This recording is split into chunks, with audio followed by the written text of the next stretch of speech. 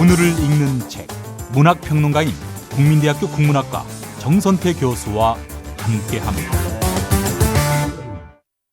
국민대학교 한국어문학부 국어국문전공 정선태 교수님 함께하겠습니다. 교수님. 네, 안녕하세요. 네, 교수님 오늘 어떤 책 소개해 주시겠습니까? 네, 오늘은 특별하다면 특별한 시 선집 한 권 골랐습니다. 네. 김 PD는 어쩔지 모르겠지만은 우리 고등학교 다닐 때 기억해보면 국어 선생님, 그러니까 문학 선생님 중에 시를 쓰시는 분이나 소설 쓰시는 분이 꼭 계셨어요. 네. 제가 다닐 때도 그랬었는데 오늘 소개해드릴 김원호 시인은 60년대 말부터 오랫동안 경기고등학교에서 문학을 가르치면서 문예반을 지도했던 선생님이십니다. 그 아래에서 노회찬 의원도 배웠고, 네, 그 노회찬 의원 연결식에서 그 추도시 읽었던 분 기억하실지 모르겠습니다. 예. 그 시인 장석인데요. 이 장석 선생도 그 아래에서 배웠고, 그리고 아주 유명한 이성복 시인이 있습니다. 예. 이성복 시인도 김원호 선생 아래에서 배웠다고 합니다. 제가 사는 동네에 어떤 분이 이 시선집을 꾸리는 일을 함께 했나 봐요. 김창희 선생님인데 이분이 이 시집을 저한테 한 권 건네주셨어요. 예. 경기고등학교에서 국어를 가르치면서 문예반을 이끌면서 시를 쓰면서 그 학생들에게 시심을 불러일으켜준 그런 분이었던 것 같습니다. 예. 말이 나왔으니까 좀 더 덧붙여보자면 한국에는 시인들 참 많습니다. 다른 나라는 어떨지 모르겠는데 우리 결애가 노래와 춤을 좋아한다고 하잖아요. 그 연장선상에 있어서 그런지 모르겠는데 참 시인들이 많습니다. 눈에 띄는 이른바 유명한 분들도 좋은 시들을 많이 쓰지만 우리 눈에 띄지 않는 그 시인들 중에 좋은 작품들 참 많습니다. 제가 읽어본 바로는 김원호 시인의 시들도 그 중에 하나가 아닌가 싶어요. 해서 몇 편만 읽어드리겠습니다. 예. 김원호 시인은 4권의 시집을 냈는데 그 4권의 시집에서 골라서 묶은 책이 오늘 소개해드린 비밀의 집입니다. 그 중에 한 권 1964년에 쓴 금요일 밤이라는 시 읽어보겠습니다. 예. 금요일 밤에 그 사내는 조용히 죽어갔다. 흔들리는 램프 사이로 검은 얼굴을 들어 벽 위의 환상의 마스크를 쳐다보면서 묵묵히 그의 얼굴을 들여다보며 나는 이마 위에 가만히 한 손을 얹었다. 붉은 포도주를 한 잔 입술에 적시고 서늘한 마음으로 그의 심장에 자꾸 귀를 대었다. 가난한 한 주일은 불안 속에 지내고 이별의 피리 소리는 낡은 층계를 돌아 겨울빛 속으로 흩어지는데 금요일 밤 그와 나의 자세는 정말 어색하였다. 등불이 꺼지면 곧 오피리아의 대사가 그의 고독한 얼굴을 덮칠 것을 안다. 가까운 사람마다 미련 없는 악수를 나누고 아무런 불만 없이 눈 감을 걸 나는 안다. 금요일 밤 빗물을 튀기며 걸어오던 사람, 문 밖에서 작별의 긴 포옹을 하던 사람, 불도 켜지 않은 빈방, 술잔을 들어 홀로 흐느끼는 목과 악기의 가락을 듣던 사람, 나는 아직도 주점에서 어깨를 툭툭 치던 그를 기억한다. 말없이 싱긋 웃고 빗줄기 속으로 뛰어가던 사람, 그는 이제 내 앞에 누워있다. 거센 숨을 겨우 몰아쉬면서 둔탁하게 창문을 흔드는 소리. 아니 삐걱이는 층계를 누가 올라오나 금요일 밤에 환상의 마스크를 쳐다보며 그 사내는 조용히 죽어갔다. 네, 이런 시입니다. 누구를 얘기하는 겁니까, 교수님? 잘 모르겠습니다. 가까운 사람이었는지 아니면은 자신의 또 다른 분신이었는지 모르겠습니다. 그 죽음을 사유하는 시로 볼 수 있을 것 같습니다. 벽 위에 환상의 마스크를 보면서 묵묵히 죽어간 그 사내를 내가 또 지켜보고 있네요. 그러니까 잘 산다는 건 어찌 보면은 죽음을 깊이 있게 다시 생각한다는 것인지도 모르겠습니다. 우리가 살아있을 때 내 삶을 소중하게 여겨야 하듯이 내 주위에 있는 가까이 있는 귀한 것들을 있을 때 소중하게 여기고 귀하게 여겨야 한다는 것도 아울러 생각해 볼 수 있을 것 같아요. 예. 이 시에서는 뭐 나의 죽음이어도 좋고 또 가까운 사람의 죽음이어도 좋은데 그 삶이 떠나고 난 다음에야 찾아오는 깊은 회한들을 어찌하겠습니까? 예, 예. 예, 금요일 밤이라는 시는 이 시집에서 단연 제 눈길을 끄는 작품이었습니다. 네, 한 편 더 볼까요? 예. 별이라는 시입니다. 이 김모노 시인은 윤동주를 참 좋아했던 것 같습니다. 어. 몇 편의 시를 보니까 윤동주에 대한 언급이 있는데요. 별이라는 이미지도 윤동주와 연결해서 읽으시면 좋을 것 같습니다. 전철을 타고 한강을 지나며 문득 유난히 빛나는 초저녁 별을 보았습니다. 저 별에는 이중섭의 아이들이 천도복숭아를 가지고 놀고 있을 거라는 생각을 하다가 순결하게 살다 죽은 윤동주의 얼굴이 떠올랐습니다. 그러면서 나이답지 않게 무언가 애틋하게 잃어버린 그리움 같은 것들이 왈칵 밀려왔습니다. 한 송이 들꽃에도 가슴 저려하고 바람 한 줄기에도 마음이 들뜨던 그런 나를 잊고 바쁘게 살아온 날들이 부끄러워졌습니다. 나는 승천하여 별이 되고 싶었습니다. 내내 그런 생각에 잠기며 집에 돌아왔습니다. 전자오락실에서 늦게 온 아들을 데리고 아파트 옥상에 올라갔습니다. 수많은 별들이 겨울 하늘 속에 반짝이고 있었습니다. 영문을 몰라 하는 아들에게 별자리를 하나씩 가리켰습니다. 별들은 지상에 내려와 우리들 가슴에 따뜻하게 자리 잡기 시작했습니다. 그러나 그 별들이 아들 가슴 속에서 어떤 빛깔로 반짝였는지는 나는 아직 모릅니다. 네, 이런 시입니다. 예. 별의 모습을 잊고 살았던 게 부끄러웠다고 얘기를 하네요. 어느 날 전자오락실에서 늦게 온 아들을 데리고 아파트 옥상에 올라가서 별자리를 하나하나 가리키면서 봤답니다. 그리고 이 별자리들이 우리 가슴에 따뜻하게 자리 잡기 시작했다는데 아들의 가슴 속에는 이 별자리가 어떤 빛깔로 반짝였는지는 잘 모르겠다고 말합니다. 네, 이 자연에 대한 경외를 늘 얘기를 하는데 그나마 우리가 자연의 속살들을 볼 수 있을 때 역시나 귀한 줄 알아야겠죠. 별을 읽으면서 그런 생각을 떨치기가 어렵습니다. 예. 한 편 더 보겠습니다. 예. 그해 여름입니다. 이 시인의 그 역사의식이랄까 역사적 감각이 돋보이는 시편 중에 하나인데요. 1, 2로 나뉘어 있는데 1은 해방 직후의 여름, 해방이 1945년 8월이었지 않습니까? 그 여름과 그리고 2에서는 이제 80년대 87 항쟁과 통일운동 그 여름을 함께 얘기하는 것 같습니다. 예. 읽어보겠습니다. 그해 여름 1. 그해 여름 오랜 가뭄에 감나무 잎새도 시들었고 중풍 든 사사키 시집 울타리 밑에서 쾌행한 그 노인의 눈초리를 피해 나는 돼지 감자를 몰래 캐고 있었다. 해방이 됐다는 읍내 갔다 온 마을 사람 소식에 온 동네는 벌컥 뒤집혀 서로 아무나 껴안고 울음을 터뜨렸다. 소학교 운동장 한 구석에 서 있던 신사를 도끼로 때려 부수던 날 소잡고 막걸리 빚어 꽹과리에 장구치며 하루 종일 신나게 놀았다. 아무것도 모르는 우리 꼬마들도 어른들이 주는 대로 넙죽넙죽 막걸리를 마셨고 취해서 뛰어다니며 장난질해도 누구도 야단치지 않았다. 충풍 든 사사키 씨가 구루마에 실려 이삿짐 싣고 읍내로 가던 날 동네 부인네들은 치맛꼬리로 눈물을 훔치며 불쌍하다고 조용히 속삭였다. 이게 1입니다. 여기서 얘기하는 사사키라는 사람은 일본인 것처럼 보이죠. 일본인이 여기 조선에 살다가 떠나는 모습을 함께 그리고 있고요.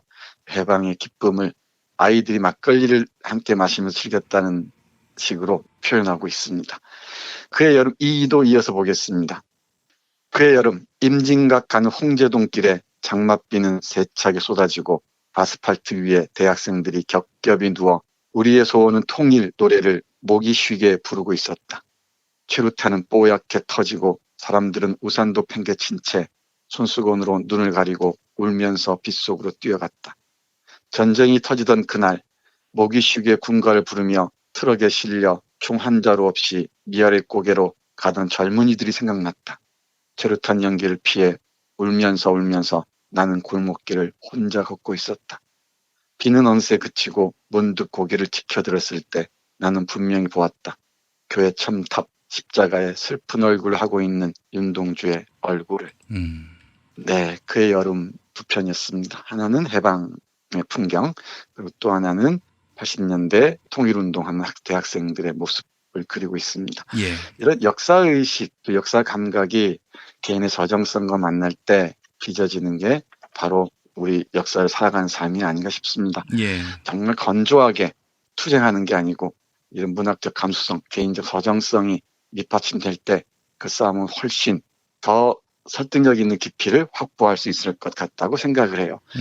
이 김원호 선생 시집을 읽으면서 아무래도 노회찬 의원이 떠오르지 않을 수가 없습니다. 예. 앞에서부터 쭉 그랬지만은 이런 문학 선생님한테서 배웠으니까 그런 감수성 그리고 언어적인 감수성을 지니고 있었겠죠. 또 동시에 금방 읽어드린 대로 역사의식도 함께 갖출 수 있었을 거라고 생각합니다.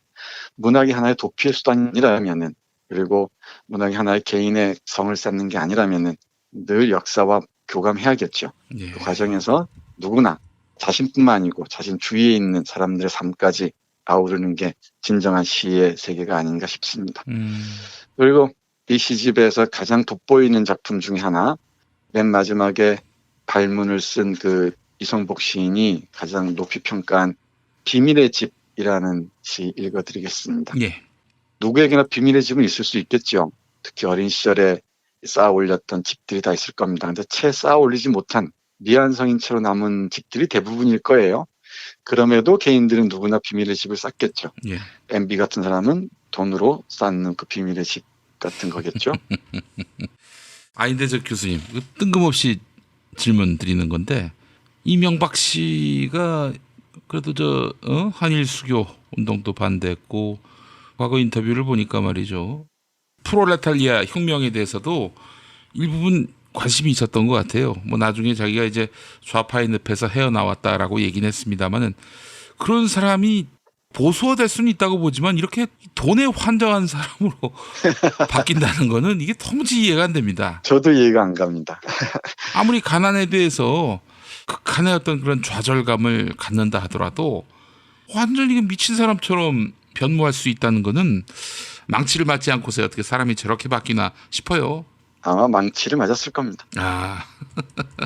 현대건설에서 큰 망치를 제대로 맞은 것 같습니다.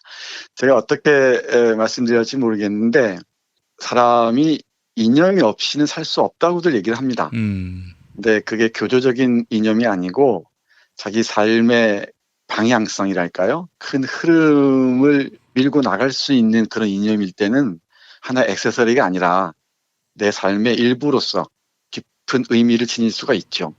제 주위에서 그렇지만 하나의 이념이 단순히 장식물, 그러니까 액세서리처럼 여기는 사람들이 적지가 않아요.